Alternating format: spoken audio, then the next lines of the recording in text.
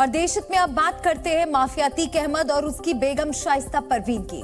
उमेश पाल हत्याकांड में शाइस्ता परवीन को लेकर नया खुलासा हुआ है। बताया ये जा रहा है कि शाइस्ता ने उमेश की हत्या से एक दिन पहले चकिया में अपने घर पर शूटर्स के साथ मीटिंग की थी, उन्हें पैसे और मोबाइल दिए थे।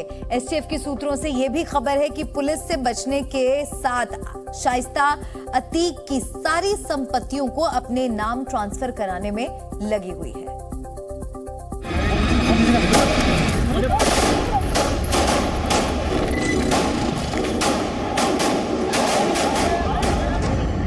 माफिया ब्रदर्स अतीक अहमद और अशरफ की हत्या के बाद हर रोज नए खुलासे हो रहे हैं और ताजा खुलासा हुआ है अतीक अहमद की पत्नी शाइस्ता परवीन को लेकर। बताया जा रहा है कि उमेश पाल मर्डर से ठीक एक दिन पहले शाइस्ता परवीन ने चकिया में टूटे हुए घर में शूटर्स के साथ मीटिंग की थी और उमेश पाल की हत्या के लिए ऑपरेशन रेड शुरू किया था। सूत्रों के मुताबिक अतीक और अशरफ ने पुलिस को बताया था कि उनके कहने पर शाइस्ता ने सभी शूटर्स को उसके चकिया वाले टूटे मकान में बुलाया था।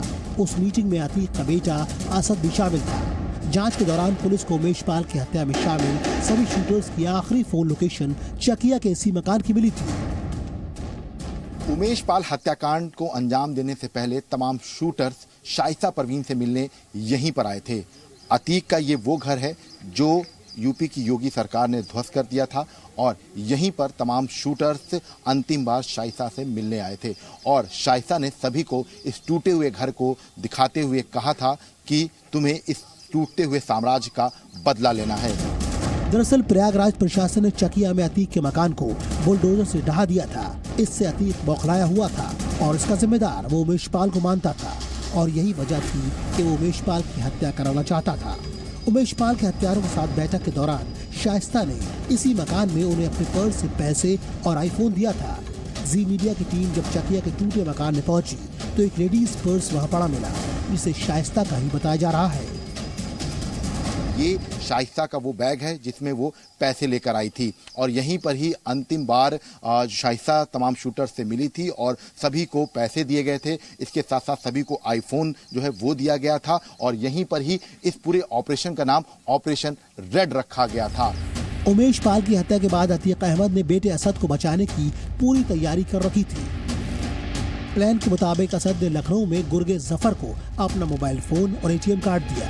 जफर ने उमेश पाल की हत्या के दिन लखनऊ में एटीएम कार्ड से ट्रांजैक्शन किया ताकि पुलिस को लगे कि असद वारदात के दिन प्रयागराज में नहीं लखनऊ में था। असद के चेहरे को ढकने के लिए एक मंकी कैप भी मंगाया गया, लेकिन उसने वो नहीं पहना। उमेश पाल की हत्या के बाद अतीक का बेटा पुलिस मुठभेड़ में मारा गया, जिसके एनकाउंटर की जाँच के आदेश दिए गए थे। झांसी में आज पुलिस ने असद के एनकाउंटर वाली साइट पर जाकर क्राइम सीन का रिक्रिएशन किया। इस बीच अतीक की फरार पत्नी शाइस्ता परवीन को लेकर एसटीएफ और पुलिस को अहम जानकारी मिली है। शाइस्ता अतीक के नाम पर दर्ज संपत्ति और कंपनियों को लगातार अपने कब्जे में ले रही है। पुलिस को पता चला है कि शाइस्ता दिल्ली और मुंबई में अतीक की कंपनियों को चार्टेड अकाउंटेंट की मदद से अपने नाम करवा रही है। पुलिस ने शाइस्ता की तलाश में अतीक के भाई अशरफ की ससुराल हटवा में छापा मारा। प्रयागराज से सटे कौशाम्बी जिले में भी शाइस्ता की तलाश में एसटीएफ ने छापेमारी की। एसटीएफ की टीम असरावल खुर्द और असरावल कला गांव पहुंची, जहां अतीक अहमद की पुरानी रिश्तेदारी है। कुछ दिन पहले पुलिस को करेली में छापेमारी के दौरान बुरके में 2 महिलाओं की तस्वीर मिली थी। इसका शाइस्ता और अशरफ की बीवी जैनब के होने का शक जताया जा रहा है। माफिया अतीक अहमद की पत्नी शाइस्ता सिर्फ घर ही नहीं संभालती थी, बल्कि अतीक का काला कारोबार भी संभालती थी। उमेश पाल हत्याकांड में शाइस्ता ने बड़ी भूमिका निभाई। शाइस्ता की कई राज्यों में तलाश की जा रही है। देखना होगा कि 60 दिन से फरार शाइस्ता पुलिस के चक्रव्यूह से कब तक बच पाती है। विशाल रघुवंशी और राजू राज के साथ ब्यूरो रिपोर्ट, जी मीडिया। अतीक अहमद जब तक जिंदा था तब तक उसके नाम पर भी फिरौती, अपहरण और हत्या जैसी वारदात होती रही।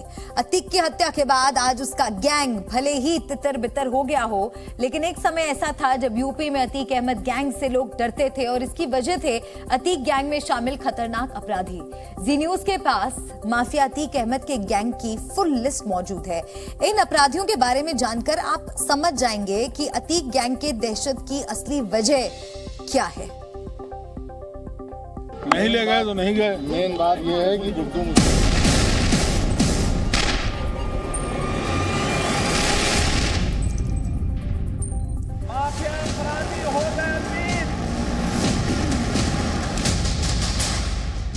अतीक और उसके भाई अशरफ की हत्या के बाद अतीक गैंग मिट्टी में मिल गया, लेकिन अभी भी अतीक की दहशत की कहानियां सामने आ रही हैं। अतीक के नाम के अलावा उसकी दहशत की बड़ी वजह था उसका गैंग, जिसमें एक से बढ़कर एक खूंखार अपराधी शामिल थे।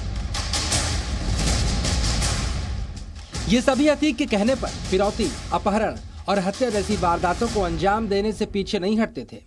और आज जी न्यूज पर हम आपको अतीक गैंग के इन अपराधियों की पूरी लिस्ट दिखाने जा रहे हैं। इस लिस्ट में एक दो नहीं, पूरे 121 बदमाशों की एंट्री है।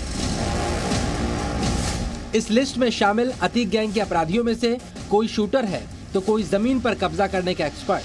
कुछ अपराधी ऐसे हैं जो धमकी देने में माहिर हैं, तो कुछ ऐसे भी हैं जो चाकू से हत्या करने के एक्सपर्ट हैं। इस लिस्ट में शामिल हर व्यक्ति अपराध की दुनिया का माहिर अपराधी है और इन सभी अपराधियों का एक ही सरगना था और वो था अतीक अहमद।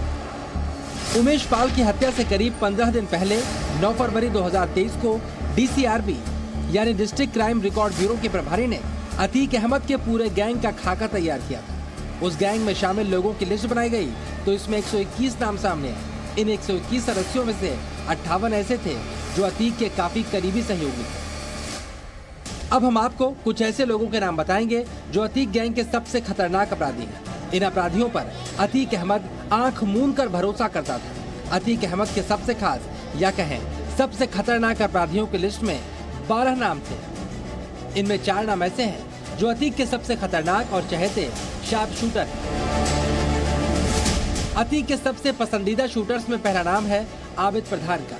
आबिद प्रधान अतीक गैंग का एक हार्डकोर क्रिमिनल था। वो अतीक के कहने पर किसी को भी गोली मार सकता था। यही बात अतीक को इतनी पसंद थी कि वर्ष 2020 में आबिद प्रधान का नाम अतीक के गैंग मेंबर लिस्ट में था, लेकिन धीरे धीरे आबिद का नाम अतीक के सबसे करीबी सहयोगियों की लिस्ट में आ गया था। आबिद प्रधान पर अपराध समेत डकैती, लूट, गैंगरेप, पुलिस पर हमले जैसे 34 से ज्यादा मुकदमे दर्ज हैं। उमेश पाल का अपहरण करके बयान बदलने की धमकी देने के मामले में भी आबिद प्रधान शामिल था। अतीक के पसंदीदा शूटर्स में दूसरा नाम है चित्रकूट जेल में बंद मोहम्मद फरहान का। फरहान जमीन कब्जाने का भी काम किया करता था। अतीक के शार्प शूटर्स में हिस्ट्री शीटर आशिक उर्फ मल्ली का नाम भी शामिल है। आशिक का नाम उमेश पाल अपहरण में भी सामने आया था।